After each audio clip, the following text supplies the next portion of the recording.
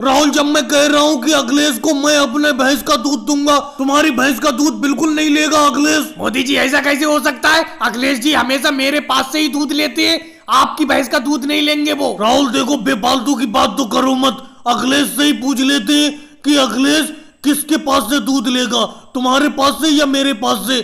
मैं भी तो 1 महीना पहले अखिलेश को दूध देता था। देखो मोदी जी, राहुल जी, आप दोनों लोग ही प्योर दूध नहीं बेचते हो, दूध में पानी जरूर मिलाते हो।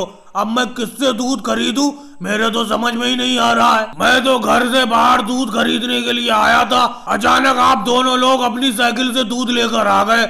अब बताओ मैं किससे दूध खरीदूं, मेरे तो कुछ समझी में नहीं आ रहा है। अखिलेश जी, मेरी भैंस का दूध बिल्कुल प्योर है, मैंने बिल्कुल पानी नहीं मिलाया है, मुझसे 1 लीटर दूध खरीद लो। अच्छा राहुल, तुम इतने ईमानदार बन रहे हो, क्या मैंने दूध में पानी मिलाया है?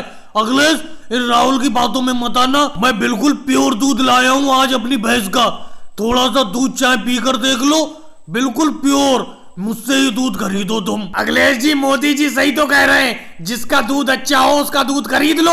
दोनों का दूध थोड़ा थोड़ा सा पीकर देखो, पता चल जाएगा किसने पानी मिलाया है किसने नहीं मिलाया है। अगर तुम नहीं पीना चाहते दूध तो थोड़ा थोड़ा सा मोदी जी, राहुल जी, दूध मुझे पिला दो। मैं तो यहाँ पर गर्मी में बाहर बैठा हूँ, हवा खा रहा हूँ, थोड़ा सा दूध पीने को मिल जाएगा, मजा आ जाएगा। चलो केजरीवाल जी, आप कहते हो तो दूध मैं ही पीकर देख लेता हूँ। मोदी जी, आप पहले थोड़ा सा अपनी भैंस का दूध दो, फिर राहुल जी आप अपने बर्तन में से थोड़ा सा दूध देना। थोड़ा सा दूध दोनों का मैं पीकर देखूंगा, जिसका दूध प्योर होगा उसी से मैं दूध खरीदूंगा। जब अखिलेश जी मेरी भैंस का दूध प्योर है तो डरना किस बात का, पीकर देख लो, बिल्कुल प्योर दूध है, बिल्कुल जरा सा भी पानी नहीं मिला हुआ है। मोदी जी, राहुल जी, मैंने दोनों के ही पास से थोड़ा थोड़ा सा दूध पीकर देखा। आप तो दोनों लोग दूध में पानी मिलाकर लाए हो, मुझे दोनों का दूध अच्छा नहीं लगा।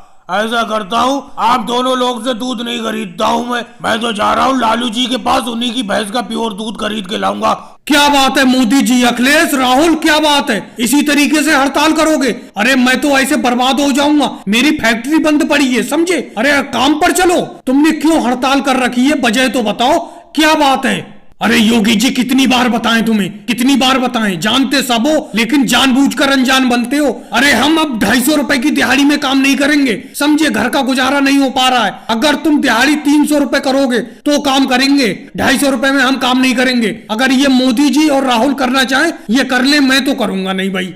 अरे योगी जी, 250 रुपए कम है यार, 250 रुपए में क्या होता है? दिन भर का खर्चा भी नहीं हो पाता है। कुछ रुपए बढ़ा दो तभी काम पे जाएंगे हम, साफ सी बात है, नहीं तो तुम्हारी मिल ऐसी बंद रहेगी पूरी। योगी जी, पिछले 2 साल से तुम हमसे 250 रुपए में ही काम करा रहे हो, जरा सा भी रेट नहीं बढ़ाया तुमने। पिछली बार कहा था तुमने कि दिवाली पे रेट बढ़ाएंगे, लेकिन दिवाली पे भी रेट नहीं बढ़ाया। उसके बाद तुमने कहा था कि होली पे रेट बढ़ाएंगे, होली पे भी रेट नहीं बढ़ाया तुमने। अरे तुम रेट ही नहीं बढ़ाते हो, इस रेट में हम काम नहीं करेंगे, हम हड़ताल करते हैं, समझे? हड़ताल हम इसीलिए करे हुए हैं कि जब तक 300 रुपए हमें काम का नहीं मिलेगा दिहाड़ी पूरा दिन का, तब तक हम काम पे नहीं जाएंगे, साफ सी बात है। तो बिल्कुल नहीं जाओगे तुम लोग काम पे, नहीं जाओगे, ऐसी मिल बंद रहेगी मेरी। चलो ऐसा करते हैं, ना तुम्हारी ना मेरी, 275 रुपए में काम पे चलो। चलो 275 में, 300 तुम कह रहे हो, 250 रुपए मैं कह रहा हूँ, 275 बीच के सही रुपए हैं। 275 में काम शुरू करो।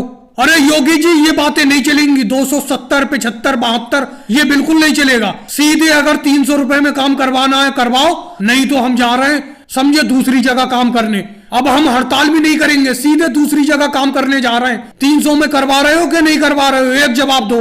चलो काम तो करवाना ही है। अखिलेश, तुम सबसे ज्यादा बोल रहे हो, सबसे ज्यादा बोल रहे हो, याद रखना। चलो ठीक है, आ जाओ काम पे 300 रुपए में। वैसे योगी जी और राहुल, इस बात में तो सच्चाई है, इसमें बिल्कुल झूठ नहीं है। इतनी ज्यादा ठंड कितने साल बाद अब पड़ी है जाके। सूरज जी के तो पूरे महीना होने को जा रहा है, दर्शन नहीं हुए।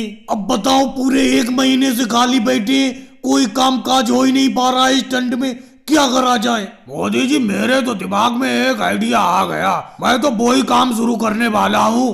थोड़ी सी मूंगफली लाके शहर से कल को मूंगफली बेचूंगा इस गांव में। सर्दी में बैठे बैठे आदमी मूंगफली जरूर खरीदता है और चबाता रहता है। योगी जी, ये तो तुमने बहुत अच्छा आइडिया बताया, ये आइडिया तो तुम्हारा बहुत अच्छा है। अगर तुम मूंगफली आज ले आते यहाँ पर आग के सामने बैठे बैठे, 15 रुपए की मूंगफली तो मैं खा जाता तुमसे। आग भी बिल्कुल बुझने ही वाली है, आग के बुझते ही ठंड लगने लगेगी।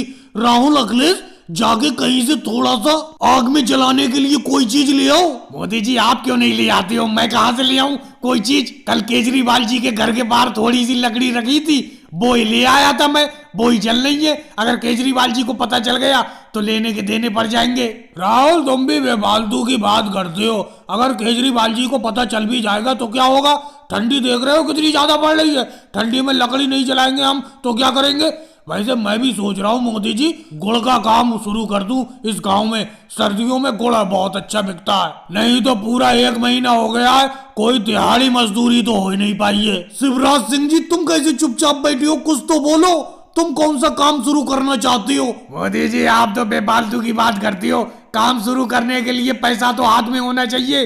पूरे 1 महीने से इस ठंडी में खाली बैठे जो पैसा कमाया था वो खर्चा हो गया। अब योगी जी के पास तो मूंगफली खरीदने के लिए पैसे हैं, अखिलेश के पास भी गुड़ खरीदने के लिए पैसे हैं, हमारे पास तो कुछ नहीं है भाई। हम तो बस यही इंतजार करेंगे कब सूरज निकलना शुरू हो, ये ठंडी खत्म हो और दोबारा कामकाज शुरू हो। मोदी जी आग भी बुझती जा रही है, जाके कहीं से लकड़ियां लाओ ना। ऐसा ही एक दूसरे के ऊपर मत डालो, सब लोग चलते हैं लकड़ियां बीन के लाते, फिर पूरा दिन आग के सामने बैठा रहेंगे। और भाई लोगों वीडियो को लाइक करो, चैनल को सब्सक्राइब करो।